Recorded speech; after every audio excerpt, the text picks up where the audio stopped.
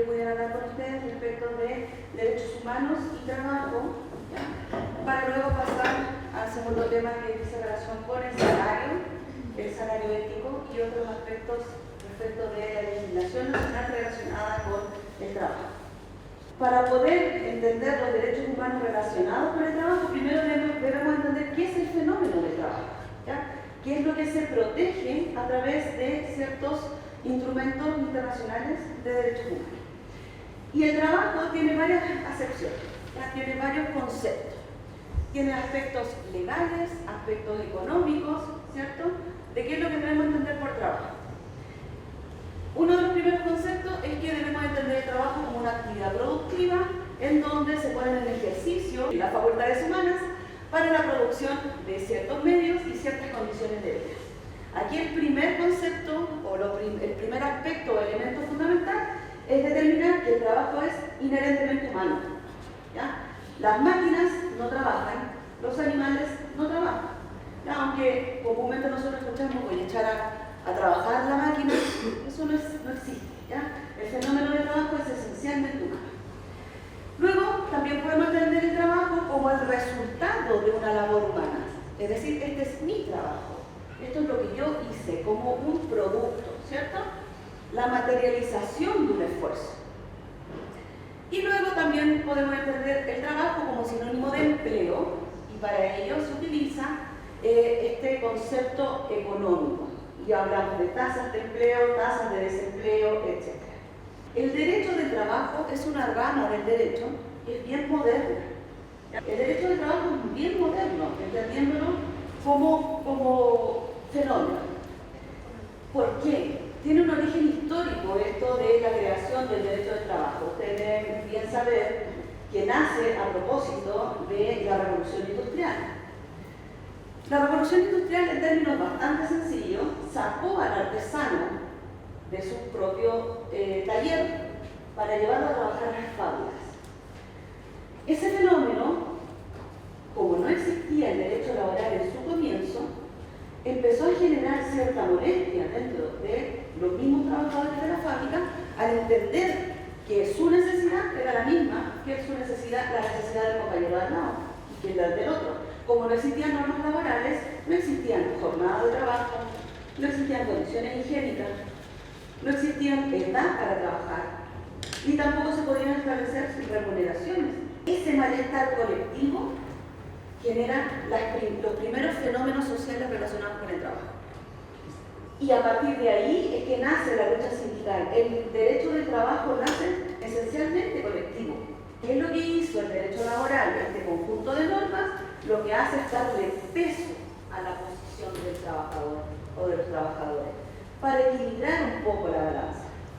¿Se entiende? Porque sin estos derechos laborales, el empleador seguiría siendo la parte más poderosa. Lo sigue siendo, pero el código, los derechos laborales establecen cierto contrapeso a ese poder del empleador. Ahora, los derechos humanos y el trabajo. ¿Sobre qué tratan estos derechos humanos laborales?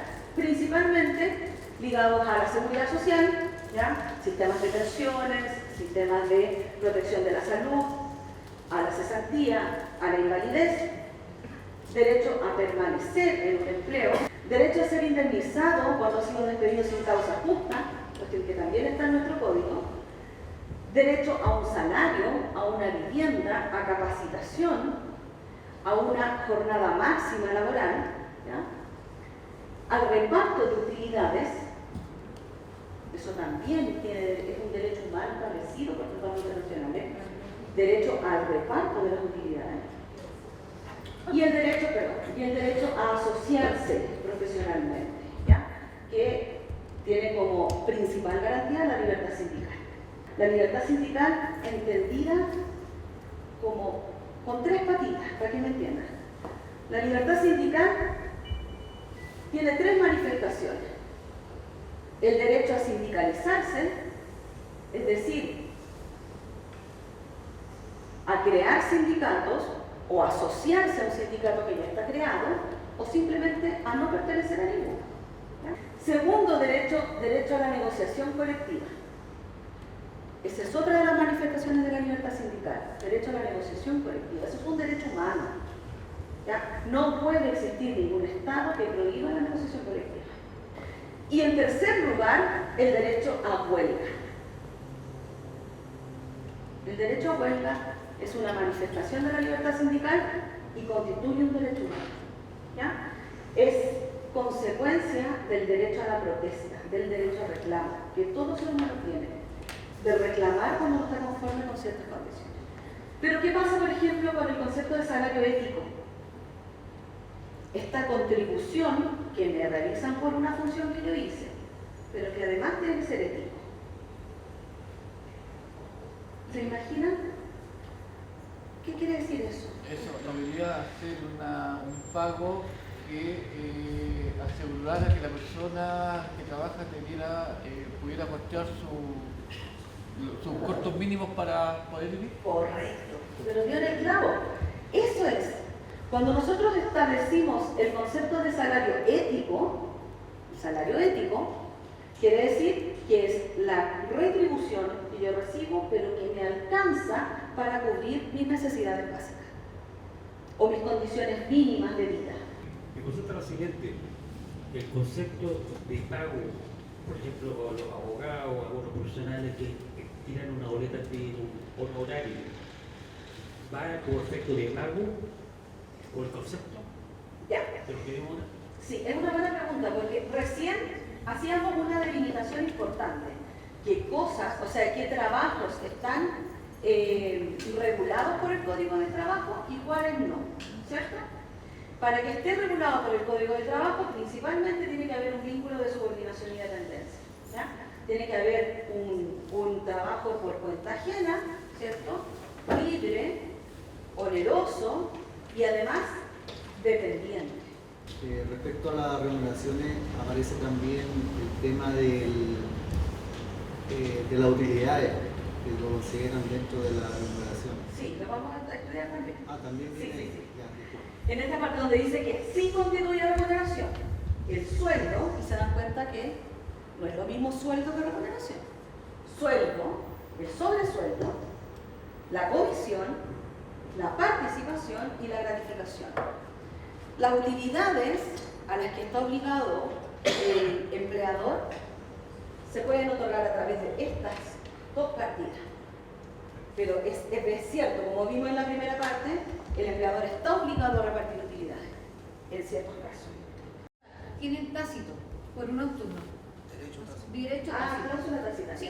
Resulta que ahora ella me está hablando que el derecho que nosotros le peleamos eran por 5 días. Y ahora se lo están bajando. Hay semanas que le pagan 4 días y otros 5. Ellos no pueden bajar el salario que ya lo tenían, ¿cierto? Correcto. Es un bono ya adquirido, por lo tanto tiene que tener siempre el mismo monto de remuneración. Sí, miren, es que no sé en detalle el caso, ¿ya? Pero en términos generales, ¿qué es lo que ocurre con la cláusula tácita? La cláusula tácita es el uso de la costumbre en materia laboral, ¿ya? ¿Y en qué consiste? En términos generales, la costumbre no se aplica en derecho. Es muy excepcional y uno de los casos es el derecho laboral, ¿ya? Cuando existe un beneficio otorgado por el empleador o un cambio en las condiciones dadas de mutuo acuerdo, pero sin modificación a través de un anexo a un contrato de trabajo, ese uso reiterado o esa costumbre durante un cierto tiempo constituye una modificación tácita del contrato. Aunque no se haya firmado nada, el contrato se modificó. ¿Ya?